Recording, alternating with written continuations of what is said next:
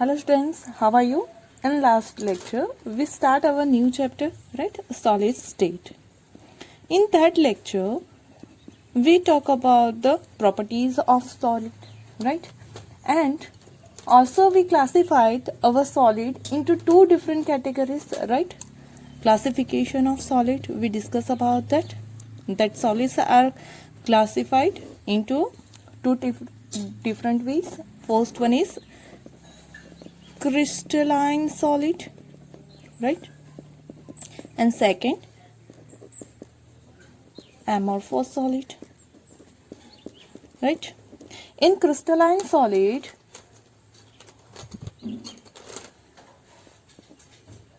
the arrangement of constituent particles are in regular manner, right? कि जहाँ पे जो हमारे कंस्टिट्यूएंट पार्टिकल्स है उसकी अरेंजमेंट रेगुलर मैनर में हो, उसे क्या बोलते हैं? Crystalline solid. Why? The arrangement of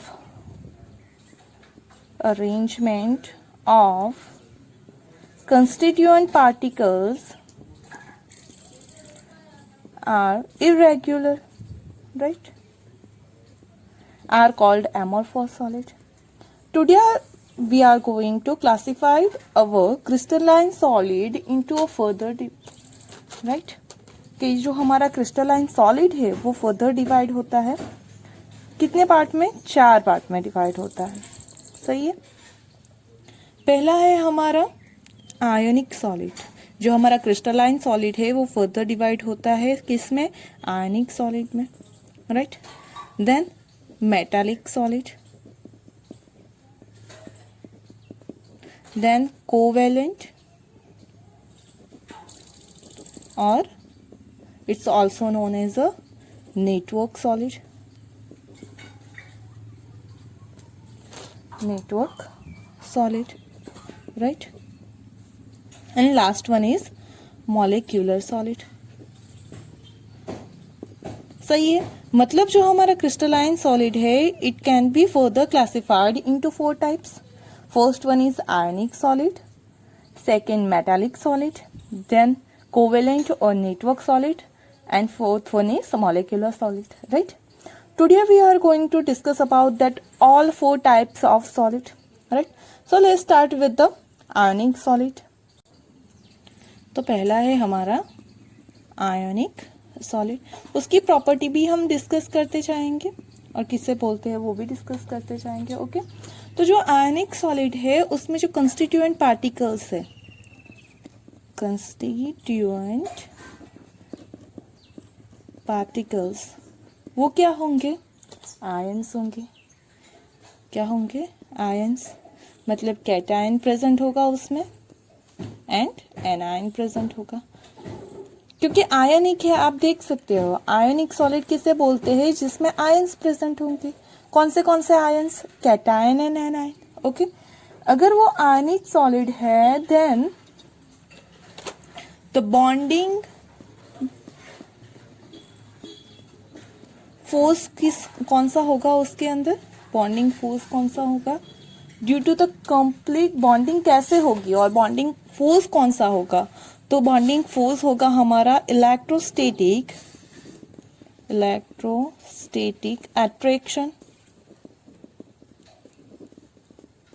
between ions. सही है. कि हमारा जो आयनिक सॉलिड है उसमें कंस्टिट्यूएंट पार्टिकल्स आयंस है. तो आयन के बीच में क्या होगा? एक कैटायन है, एनायन है, तो उसके बीच में इलेक्ट्रोस्टैटिक अट्रैक्शन फोर्स होगा. सही है. उसमें जो बॉन्डिंग होगी, सही है, जो बॉन्ड फॉर्म होगा, बॉन्डिंग, वो कैसी होगी? तो due to the complete transfer of electron, due to the complete transfer of electron. सही. आपको एग्जाम्पल के साथ जब हम बात करेंगे आपको ज़्यादा समझ में आएगा. ओके. तो ये जो हमारा आयोनिक सॉलिड है उसमें कंस्टिट्यूएंट पार्टिकल्स आयंस होंगे उसका बॉन्डिंग फोर्स इलेक्ट्रोस्टैटिक फोर्स होगा बिटवीन द आयंस, एंड जो बॉन्डिंग होगी वो कैसे फॉर्म होगी, तो due to the complete transfer of the electron, right. उसके बाद हम बात करते हैं उसके फिजिकल नेचर की।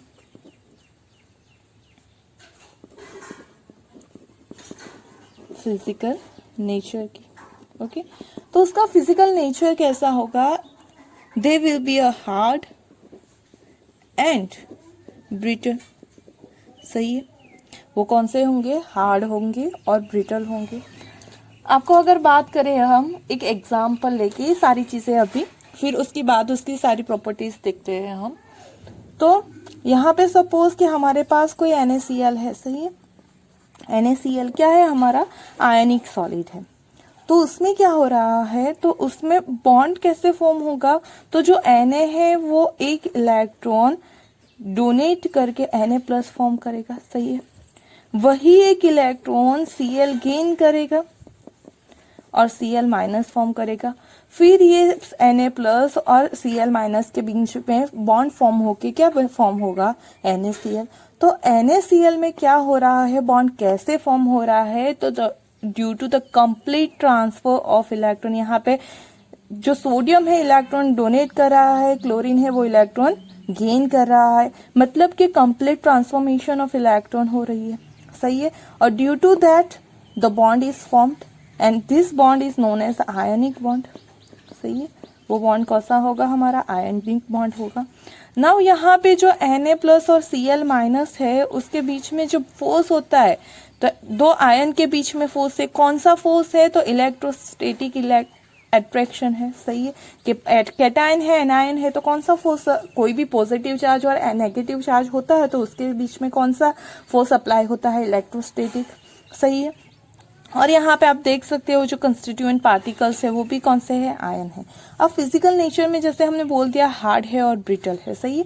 कैसे, तो अगर आपको NaCl के पार्टिकल को ऐसे ही, मतलब वो हार्ड है, लेकिन अगर उसके ऊपर आप कुछ हैमरिंग करो, सही है, किसी भी चीज से, तो वो तुरंत पाउडर फॉर्म में चलाया जाएगा, मतलब वो क्या है, ब्रिटल है, सही है, हमें ऐसा कह सकते हैं ना। The next point is it's melting point,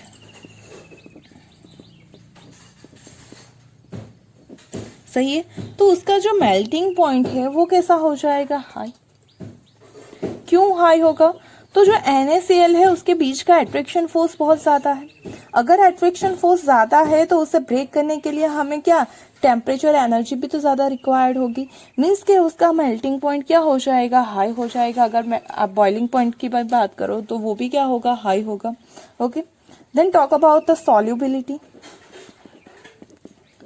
तो जो सॉल्युबिलिटी है तो वो ये कौन सा है, आयनिक है, सही है। आयनिक है उस वजह से soluble in water, soluble in water but insoluble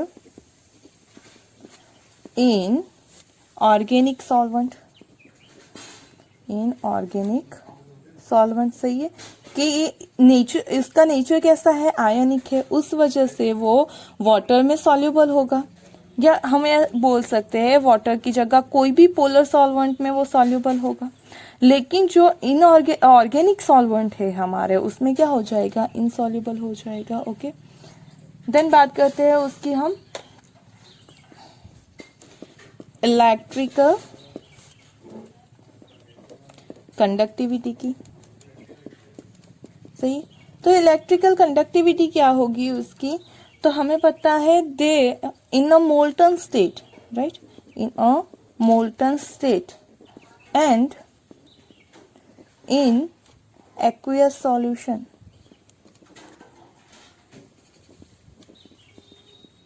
they conduct electricity due to free ions, सही है। कि जो हमारा इन दोनों के बीच का अट्रैक्शन फोर्स है वो बहुत ज्यादा है, इसलिए वो सॉलिड स्टेट में इलेक्ट्रिसिटी को कंडक्ट नहीं करेगा। लेकिन जब वो मोल्टन स्टेट में आ जाता है तो जो सॉल्यूशन है उसके अंदर Na+Cl- आयन फ्री आयन्स हो जाएंगे, सही है। और अगर हम उसका एक्वियस सॉल्यूशन फॉर्म करते हैं तो अभी तो Na+Cl- क्या हो जाएंगे, H+ और OH- के साथ वो सॉल्यूशन में आ जाएंगे। तो due to this free ions in the molten state and in the aqueous state they conduct the electricity, right.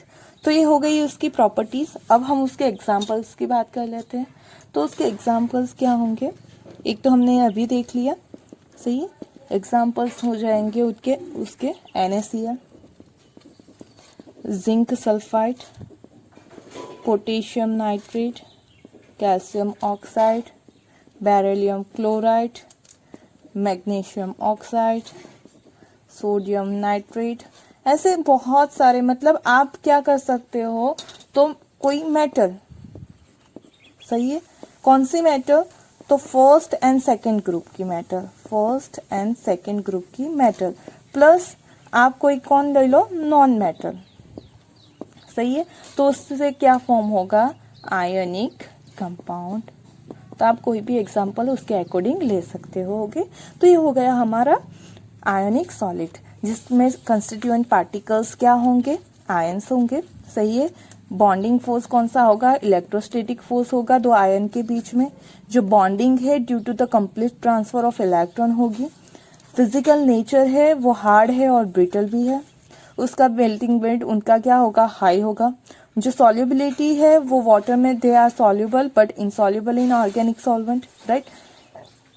They conduct electricity in the molten state and aqueous state due to the free ions, right? And examples are NaCl, ZnS, KNO3, CaO, BaCl2, MgO, NaNO3 and others ionic solid, right? Made by the metals of first and second group and non-metals, they form a ionic compound. अब हम बात करते हैं हमारे दूसरे compound की, दूसरे type के सॉलिड की। अब बात करते हैं हम दूसरे की, जो कि कौन सा है हमारा, मेटालिक सॉलिड, सही। जितनी प्रॉपर्टी की हमने किस में बात की है, आयनिक सॉलिड में, उनकी ही यहाँ पे बात करनी है हमें। तो जो मेटालिक सॉलिड है उसमें जो कंस्टिट्यूएंट पार्टिकल्स है वो क्या हो जाएंगे, कंस्टिट्यूएंट पार्टिकल्स। तो यहाँ पे जो कंस्टिट्यूएंट पार्टिकल है वो होंगे हमारे कैटायंस एंड इलेक्ट्रॉन। और we can say that positive ion in a sea of electrons. कैसे ये सब होता है वो हम देखेंगे कि इलेक्ट्रॉन का सी कैसे फॉर्म होता है, उसमें पॉजिटिव आयन कहाँ से आते हैं। ओके, वन बाय वन हम सब देखेंगे। अब जो उसका बॉन्डिंग फोर्स है वो क्या हो जाएगा, बॉन्डिंग फोर्स हो जाएगा उसका इलेक्ट्रोस्टैटिक अट्रैक्शन। यहाँ भी क्यों, क्योंकि कैटायन है और इलेक्ट्रॉन है। इलेक्ट्रॉन के पास कौन सा चार्ज होता है, नेगेटिव चार्ज होता है। हमने बात की कि जब भी कोई पॉजिटिव हो नेगेटिव हो तो उसके बीच में कौन सा फोर्स लगता है, इलेक्ट्रोस्टैटिक फोर्स, सही। तो यहाँ पे भी होगा electrostatic attraction force between the cation and sea of electron, सही है।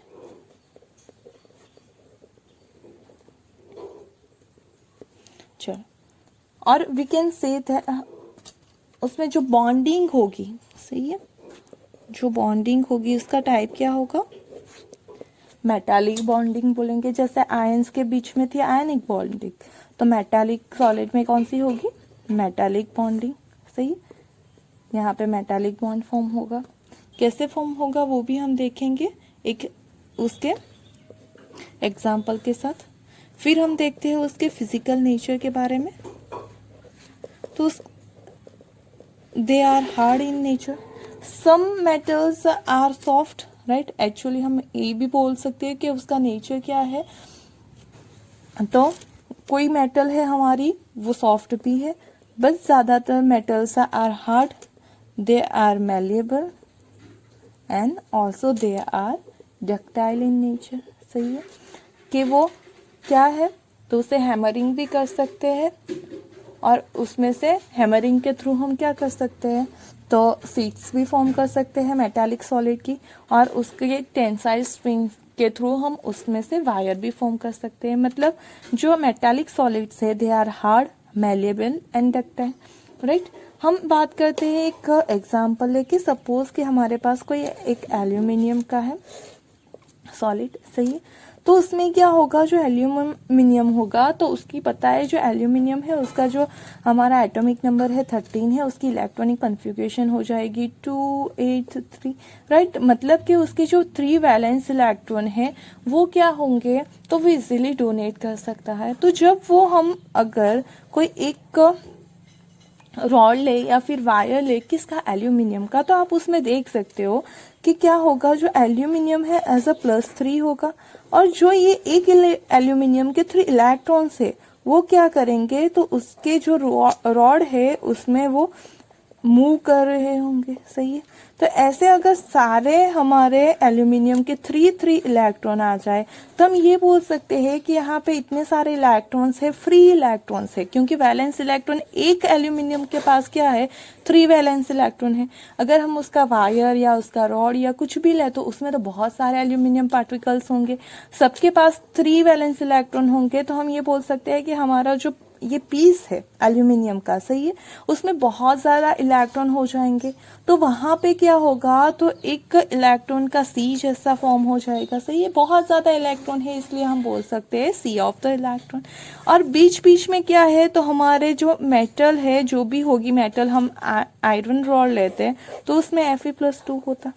सही है, यहाँ पे Al+3 है, मतलब बीच में जो हमारे कैटायंस हो जाएंगे या फिर पॉजिटिव आयन होंगे। सही है, तो पॉजिटिव आयन कहाँ है, तो जो इलेक्ट्रॉन का सी फॉर्म हो रहा है उसके बीच में।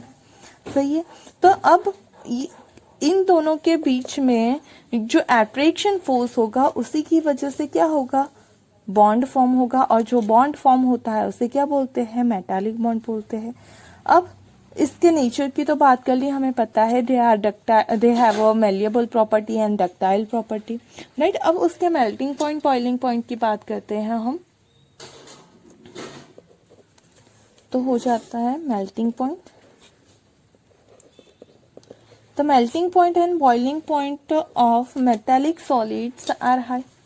हमें पता है वो हाई ही होगा, क्योंकि मेटालिक बॉन्ड भी क्या है, स्ट्रॉन्ग बॉन्ड है। कैटायन और एनायन के बीच में, पॉजिटिव नेगेटिव आयंस के बीच में जो भी बॉन्ड फॉर्म होता है वो क्या होता है, तो स्ट्रॉन्ग होता है, उस वजह से उसका मेल्टिंग पॉइंट क्या है, हाई है।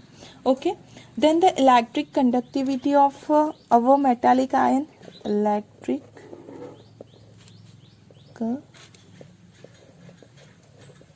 कंडक्टिविटी, तो जो they are a very good conductor. सही है, very good conductor of electricity due to free electrons. सही है, उसमें यहाँ पे आप देख सकते हो कि बहुत ज़्यादा फ्री इलेक्ट्रॉन्स है, तो यही जो फ्री इलेक्ट्रॉन्स है, जब हम इलेक्ट्रिसिटी पास करेंगे तो फ्लो करेंगे, उसके थ्रू वो करंट को क्या करेंगे, कैरी करेंगे। करंट बोलते हैं किसे है, द फ्लो ऑफ इलेक्ट्रॉन। सही है, इसके पास बहुत ज़्यादा इलेक्ट्रॉन्स है, फ्री इलेक्ट्रॉन्स है वो भी, क्योंकि उसकी वैलेंस सेल में है तो फ्री ही हुए। सही है, जो इनर इलेक्ट्रॉन्स होते हैं वो मूव नहीं कर सकते हैं इजीली, लेकिन जो हमारे वैलेंस इलेक्ट्रॉन है दे कैन मूव इजीली। मतलब कि ये जो इलेक्ट्रॉन सारे हुए तो वो कैसे हुए, हमारे फ्री इलेक्ट्रॉन, एंड उसका जो नंबर ऑफ इलेक्ट्रॉन है फ्री इलेक्ट्रॉन का वो बहुत ज़्यादा है। जब हमने आयनिक की बात की तो Na+ के साथ Cl-, मतलब जितने पॉजिटिव उतने नेगेटिव, तो आयंस की कंपैरिजन में भी यहाँ पे फ्री इलेक्ट्रॉन्स बहुत ज़्यादा है, तो उसी वजह से they are a very good conductor of electricity. Okay, now see the examples of the metallic solid. All metals, right, and alloys of that metals, they are type of the metallic solid. Okay, now discuss about the third type of solid. Third type of crystalline solid is covalent or network solid. तो जो हमारा covalent और network solid है उसका जो constituent particle होता है वो क्या होता है? कंस्टिट्यूएंट पार्टिकल्स वो होता है एटम. सही है. उसमें कौन प्रेजेंट होते हैं? ओनली एटम्स प्रेजेंट होते हैं. और एटम्स के बीच में ही क्या होता है? तो वहाँ पे बॉन्ड फॉर्मेशन होता है. ओके, तो यहाँ पे जो है बॉन्ड क्या होगा? बॉन्डिंग फोर्स बोलो या फिर हमारा बॉन्डिंग बोलो यहाँ पे, तो यहाँ पे होगा बॉन्डिंग हमारा कोवेलेंट बॉन्ड. और वो किस वजह से होगा, कैसे होगा? Covalent bond. और हमें पता है कोवेलेंट बॉन्ड कैसे फॉर्म होता है? Due to the sharing of electron, right. In the 11th standard we studied that covalent bond due to the sharing of electron. सही है. तो जो इलेक्ट्रॉन है उसकी शेयरिंग होती है किसमें? एटम्स में. And they form a covalent bond, right. Now nature of that covalent compound, they are very hard. सही है. कैसा है? They are very hard. Almost if you talk about the diamond, it is a very hard. सही है. एक exception है. कौन सा है? तो ग्रेफाइट.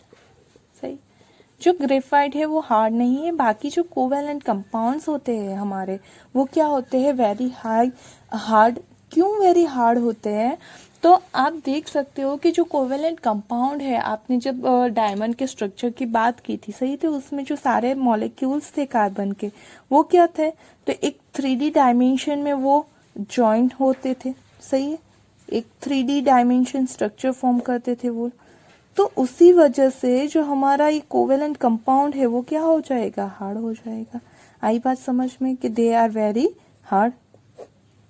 तो ऐसा कुछ वो 3D dimension structure, network structure, एक नेटवर्क फॉर्म करते हैं, ऐसा हम बोल सकते हैं. सही है. उसी नेटवर्क की वजह से they are very hard in nature. और अगर वो वेरी हार्ड है तो फिर उनका जो मेल्टिंग पॉइंट है वो भी क्या हो जाएगा? Very high. सही है. क्योंकि इतने स्ट्रॉन्ग बॉन्ड में से उन्हें जो मेल्ट करना है, it's not easy. So the melting point of that covalent compound is very high. We can say that, right? Now, उनकी जो यहाँ पे आप देख सकते हो कि यहाँ पे नहीं कोई फ्री आयन है, नहीं तो कोई चार्ज है, नहीं फ्री इलेक्ट्रॉन है. So if we talk about the conductivity, then they are very bad conductor of electricity, right? We can say that they are a bad conductor. सही है. क्यों? क्योंकि उनके पास ना तो कोई फ्री आयन है, ना ही तो फ्री इलेक्ट्रॉन से, कोई फ्री चार्ज ही नहीं है. तो इलेक्ट्रिसिटी वो कैसे कंडक्ट करेंगे? लेकिन एक्सेप्शन है यहाँ पे भी. हर एक चीज में एक्सेप्शन होता ही है. देखो आप अगर कहीं भी बात करो किसकी, साइंस की, तो वहां पे कोई ना कोई एक्सेप्शन होता ही है. ओके, क्योंकि ये सारे रूल्स हमने बनाए हैं नेचर के सामने, तो वहाँ पे कुछ ना कुछ एक्सेप्शन रह ही जाते हैं.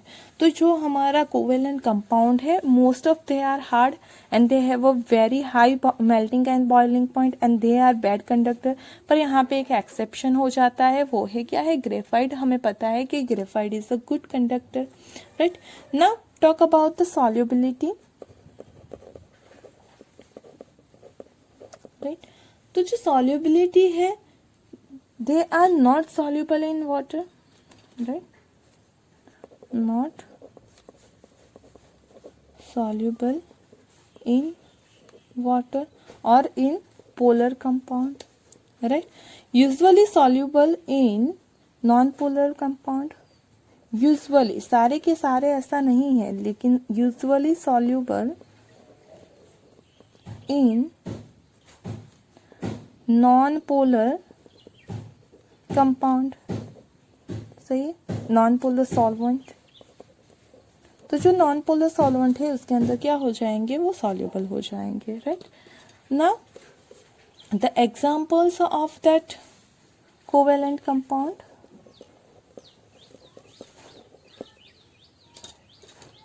तो है डायमंड हमारा, सही है, देन ग्रेफाइट,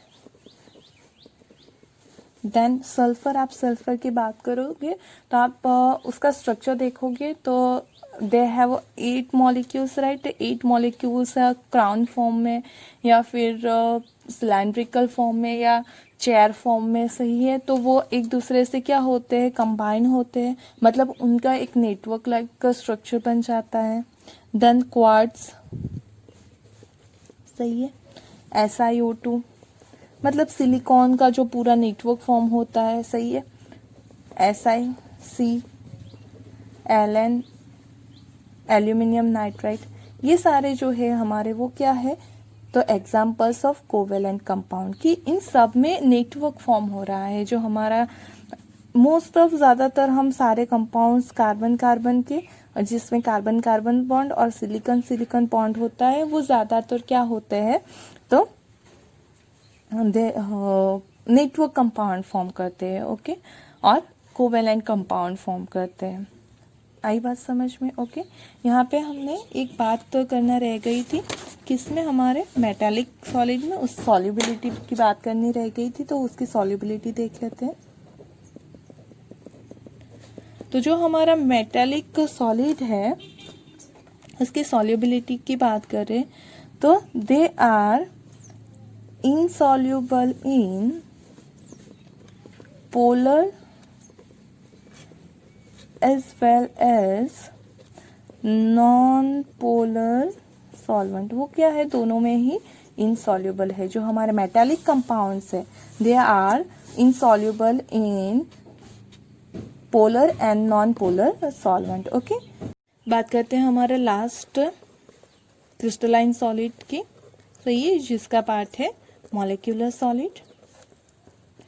जो मॉलिक्यूलर सॉलिड है उसमें जो कंस्टिट्यूएंट पार्टिकल्स होते हैं, कंस्टिट्यूएंट पार्टिकल्स, वो होते हैं मॉलिक्यूल्स।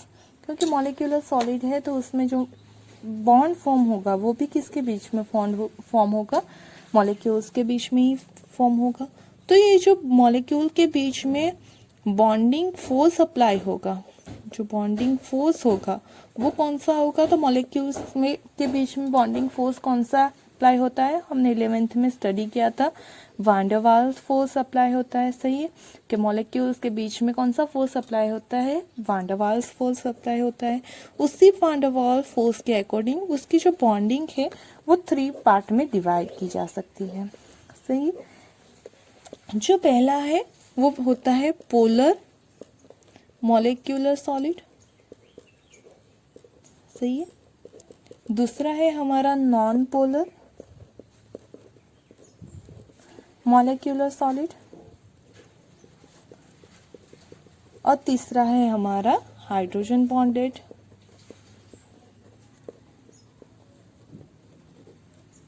मॉलिक्यूलर सॉलिड, सही है। तो ये जो पोलर मॉलिक्यूलर सॉलिड है तो आप उसमें ले सकते हो हमारा सॉलिड SO2 या फिर सॉलिड HCl। तो उसमें क्या होगा, तो उसके पास H+Cl- एक परमानेंट डाइपोल है, यहाँ पे H+Cl- एक परमानेंट डाइपोल है, और उसी परमानेंट डाइपोल की वजह से उसके बीच में क्या लगता है, फोर्स ऑफ अट्रैक्शन जनरेट होता है, सही है। उसे क्या बोलते हैं हम, डाइपोल डाइपोल फोर्स भी बोलते हैं, उससे क्या बोलते हैं, डाइपोल डाइपोल फोर्स। यहाँ पे कौन सा होगा, डाइपोल डाइपोल फोर्स, सही है। यहाँ पे नॉन पोलर है तो सपोज कि हमारे पास H2 है, सही है। तो H2 मॉलिक्यूल्स के लिए क्या होगा, तो जो HH होता है उसके बीच में थोड़ी सी टाइम के लिए डाइपोल मूवमेंट जनरेट होती है, उसी वजह से यहाँ पे फोर्स अप्लाई होता है, और उससे हमने पढ़ा था, उसे क्या बोला था हमने, लंडन फोर्स। सही है। तो यहाँ पे लंडन फोर्स या डिस्पर्सन फोर्स अप्लाई होता है।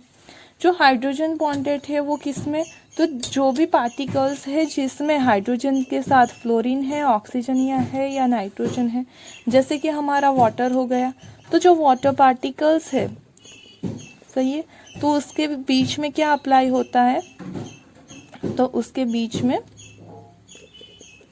हाइड्रोजन बॉन्ड अप्लाई होता है। एक वाटर का हाइड्रोजन और दूसरे का ऑक्सीजन, उन दोनों के बीच में जो अट्रैक्शन फोर्स अप्लाई होता है उसे क्या बोलते हैं, हाइड्रोजन बॉन्ड। तो यहाँ पे फॉर्मेशन ऑफ कौन सा बॉन्ड होगा, हाइड्रोजन बॉन्ड होगा। सही है, हाइड्रोजन बॉन्ड। तो मतलब हमारे जो मॉलिक्यूलर सॉलिड्स है, सही है, उसमें भी अगेन 3 टाइप्स हम उसके बॉन्ड फॉर्मेशन के अकॉर्डिंग निकाल सकते हैं कि अगर पोलर मॉलिक्यूल्स है तो उसके बीच में डाइपोल डाइपोल फोर्स या डाइपोल डाइपोल बॉन्डिंग दिखने को मिलेगी। जो नॉन पोलर है उसके बॉन्डिंग कौन सी है, वान डेर वाल्स सही, सही है। लेकिन यहाँ पे फोर्स जो हमारा पोलर होगा तो डाइपोल डाइपोल, नॉन पोलर है तो लंडन फोर्स या डिस्पर्सन फोर्स। एंड अगर जो हमारा मॉलिक्यूल है उसमें क्या है, तो फ्लोरीन, ऑक्सीजन या नाइट्रोजन कंटेंट है तो प्रेजेंट है, तो उसके बीच में ऑक्सीजन और हाइड्रोजन या फिर fluorine hydrogen and nitrogen hydrogen के बीच में हाइड्रोजन बॉन्ड फॉर्म होगा। तो ये उसकी हो गई बॉन्डिंग। अब बात करते हैं हम उसके फिजिकल नेचर की।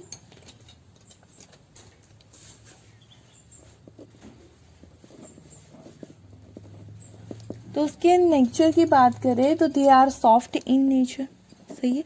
बाकी के सारे कैसे थे, हार्ड थे, लेकिन ये जो मॉलिक्यूलर सॉलिड है they are soft in the nature, right. उसके मेल्टिंग पॉइंट की बात करें तो दे हैव, अगर सॉफ्ट है तो मेल्टिंग पॉइंट भी कैसा होगा, लो, तो दे have a low melting point, right ना। उसकी हम इलेक्ट्रिसिटी की बात करें, इलेक्ट्रिकल कंडक्टेंस की, इलेक्ट्रिकल कंडक्टेंस, सही। तो जो उसकी इलेक्ट्रिक कंडक्टेंस है तो दे आर बैड कंडक्टर। यहाँ पे थोड़ा बहुत चार्ज फॉर्म होता है, लेकिन बाकी जो हमारा प्योर वाटर भी होता है दे आर बैड कंडक्टर, क्योंकि उसके पास कोई कैटायन या एनायन या फिर फ्री इलेक्ट्रॉन नहीं है। जिसके पास भी फ्री इलेक्ट्रॉन्स या फ्री आयंस नहीं होते they are bad conductor of electricity, alright. उसकी सॉल्युबिलिटी की बात करें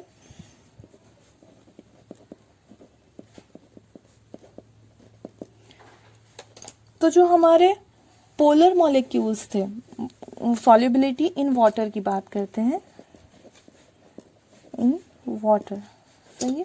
तो जो हमारे पोलर मॉलिक्यूल्स थे they are soluble in water, सही है। अगर हम नॉन पोलर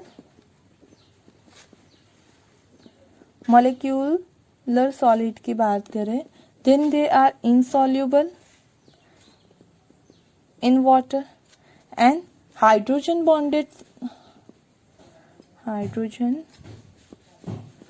bonded सॉलिड की बात करें तो दे आर ऑल्सो सॉल्युबल, क्योंकि वाटर के साथ क्या कर देंगे, वो हाइड्रोजन बॉन्ड फॉर्म कर देंगे। तो उसके एग्जाम्पल हो जाएंगे हमारे CCl4 है, वो कौन सा है, नॉन पोलर वाला है। H2 हो गया, CO2 हो गया, H2O, N2, I2, सुगर। सही है। बहुत सारे कंपाउंड, ऐसे सारे ऑर्गेनिक जो ऑर्गेनिक कंपाउंड्स है वो किस में आएंगे, हमारे मॉलिक्यूलर सॉलिड में।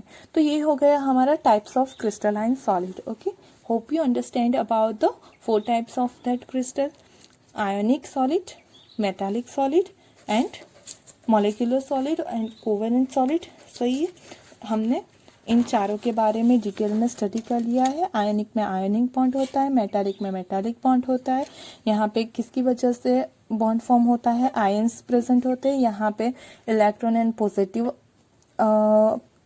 चार्ज होता है या फिर कैटायंस होते हैं, कोवेलेंट में सिर्फ एटम्स होते हैं, यहाँ पे मॉलिक्यूल होते हैं। सही है, आपको उसके एग्जाम्पल्स बहुत अच्छे से याद रखने हैं। They can be asked in a MCQ। सही है, जो हमारे टाइप्स ऑफ हमने क्रिस्टलाइन सॉलिड देखे और साथ में जो उनके हमने एग्जाम्पल्स पढ़े हैं वो आपको MCQs में या 1 मार्क ट्यूशन में आ सकते हैं। ओके, तो यहाँ पे हमारा जो क्लासिफिकेशन था क्रिस्टलाइन सॉलिड का वो कंप्लीट होता है। ओके।